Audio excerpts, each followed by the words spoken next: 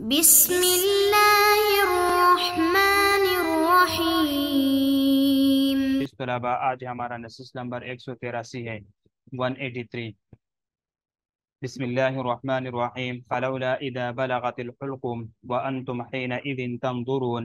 ونحن اقرب الیہ منکم ولكن لا تبصرون فلولا ان كنتم غیر مدینین ترجعونها ان كنتم صادقین فاما ان كان من المقربین فروح وريحان وجنة نعیم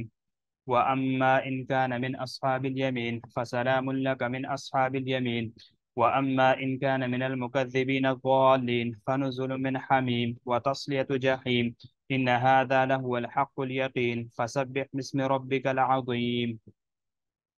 عزیز طلباء، پہلے ان آیات مبارکہ کا ترجمہ دیکھ لیجئے۔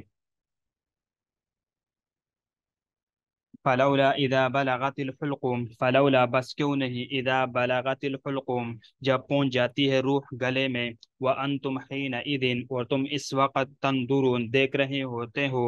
ونحن اقرب اور ہم اس سے زیادہ نزدیک ہے، اقرب الیہ سے زیادہ نزدیک ہے، منکم تم سے، ولیکن لیکن لا تبصرون تم دیکھتے نہیں، فلولا ان کنتم بس کیوں نہیں اگر ہو تم غیر مدین نہ بدلہ دیے ہوئے، ترجعونہا لٹا لیتے ہو تم اس کو، ان کنتم صادقین اگر ہو تم سچے، فاما ان کانا بس اگر ہے وہ من المقربین مقرب لوگوں میں سے، فروح بس راحت ہے، وریحان اور روزی ہے، وجنات نعیم اور نعمت کا باغ ہے، واما ان کانا اور یا اگر ہے وہ من اصحاب الیمین دائیں والوں میں سے، فسلام لک بس سلامتی ہے تیرے لیے،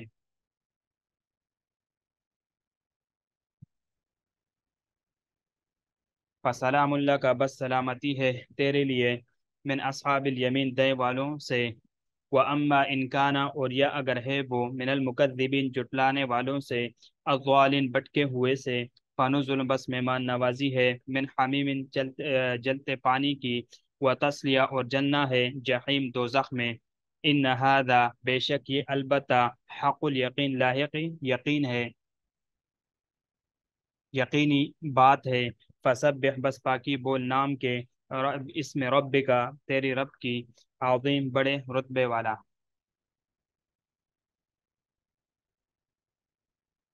دیکھیے یہاں پر فلولا،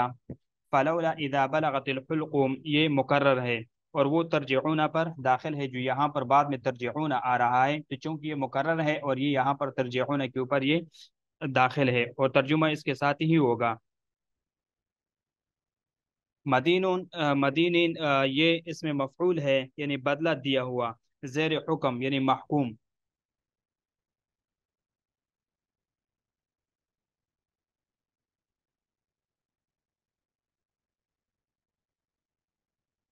یہاں پر دیکھیے من اصحاب الیمین میں، واما ان کان من اصحاب الیمین میں من تعلیلیہ ہے، ای من اجل انہ منہم، اور آگے جا کر دیکھو لکا، لکا میں یہاں پر دیکھو یہاں اس میں التفات ہے، اصل میں لہو تھا تو التفات لہو سے لکا کی طرف اس میں التفات ہوا ہے، اور تسلیہ، تسلیہ کا معنی یعنی یہ باپ تفعیل سے، تسلیہ صلی یصلی تسلیتن کے سے ہے، مصدر بمعنی چلنا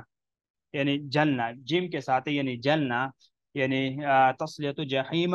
یعنی گرم دوزخ میں جلنے کے معنی میں ہے، اور یہاں پر حق الیقین، حق الیقین یہاں پر موصوف کی صفت، یعنی موصوف کی طرف، یعنی موصوف کی صفت کی طرف اضافت ہے۔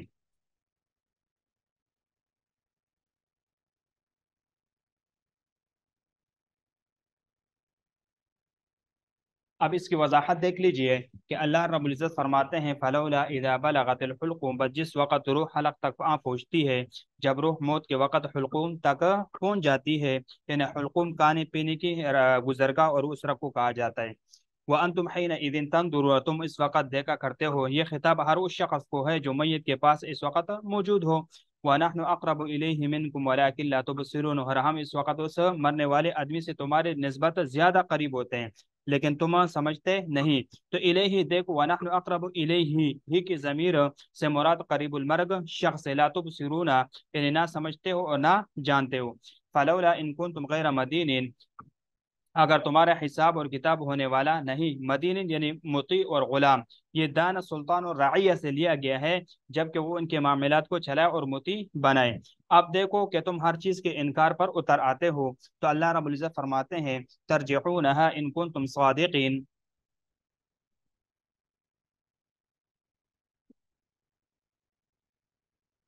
ترجعونها ان کنتم صادقین، تم پھر اس روح کو بدن کی طرف نہیں لوٹاتے ہو اگر تم سچے ہو، یعنی ترجعون روح کو لوٹاؤ جسم میں حلق تک پہنچ جانے کے بعد، اگر بقول تمہارے تم مغلوب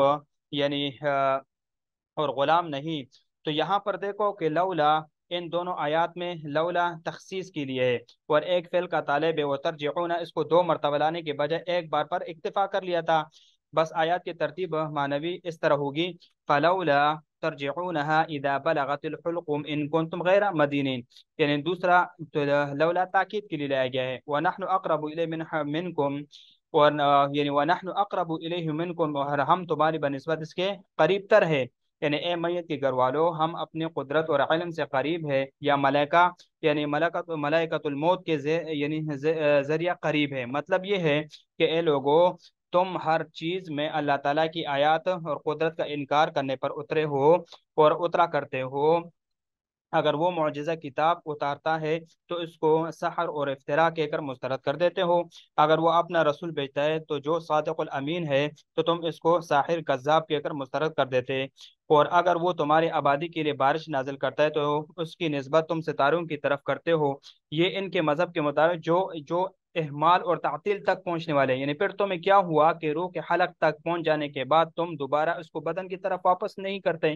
اگر کوئی وہاں یعنی قبض قدرت والا نہیں، اور تم تعطیل کے قول میں سچے ہو اور ہمیشہ زندہ رہنے والی یعنی ذات اور ممیت اور مبدی اور معید کے قائل نہیں ہو، تو پھر اس کو لٹا دو ذرا۔ فاما ان کان، پھر جو شخص ہوگا یعنی متوفى مرنے والا، من المقربین یعنی مقرب لوگوں میں سے، ان تینوں اقسام میں سے ہوا جو سبقت کرنے والے ہیں اور جن کا ذکر ابتدائی صورت میں ہوا تھا اصحاب الیمین کا،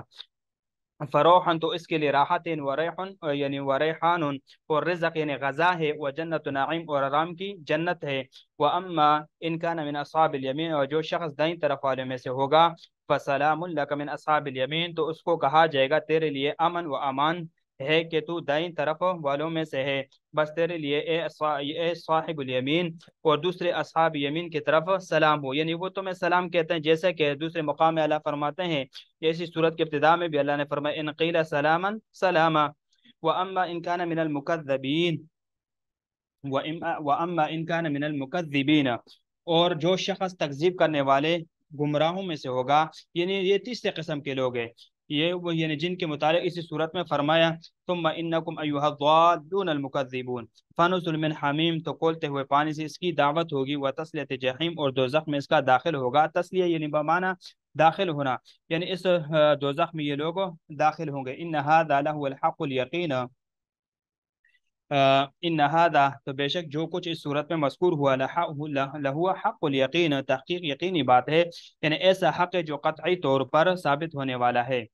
فسبح باسم ربک العظیم، بس آپ اپنے عظیم الشان رب کی تسبیح کیجئے، اور اس کے سامنے یعنی اس کو سبحان اللہ و بحمد سبحان اللہ العظیم، اور ہر وقت زبان تمہارے اللہ تعالیٰ کے ذکر سے تر ہو۔ اب یہاں پر ایک عجیب نقطہ یہ بھی ذہن میں رکھو کہ ان تین صورتوں میں، یعنی سورۃ القمر ہو گئے، رحمان ہو گئے، سورۃ الواقعہ میں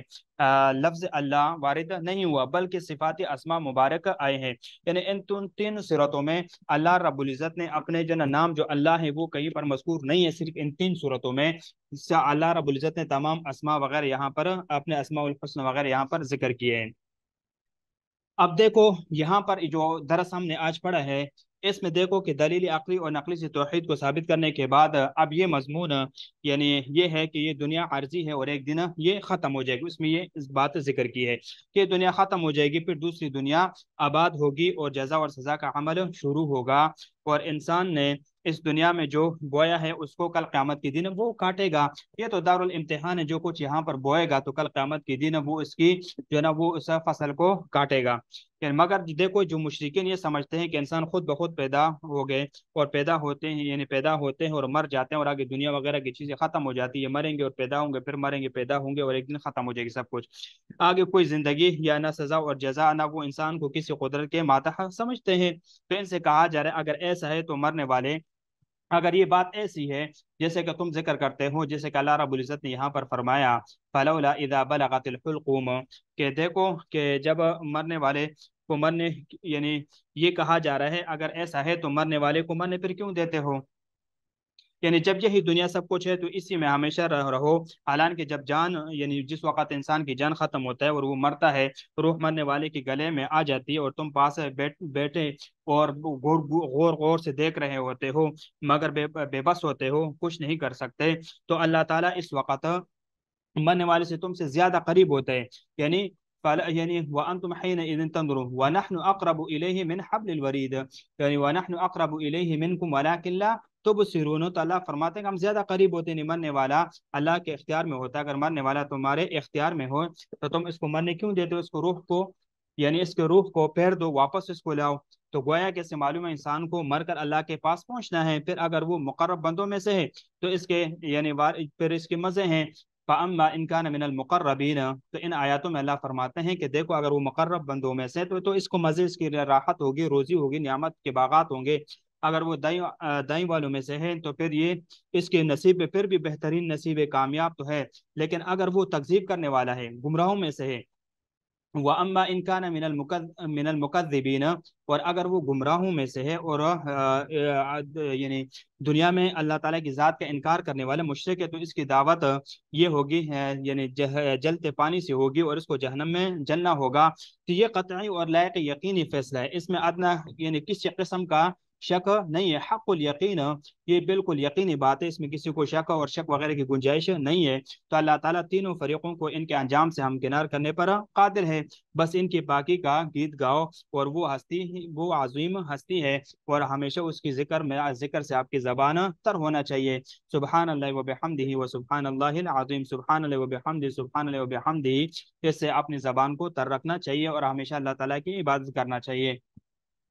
اب انشاءاللہ نیکسٹ درس میں ہم سورۃ الحدید سے پڑھیں گے۔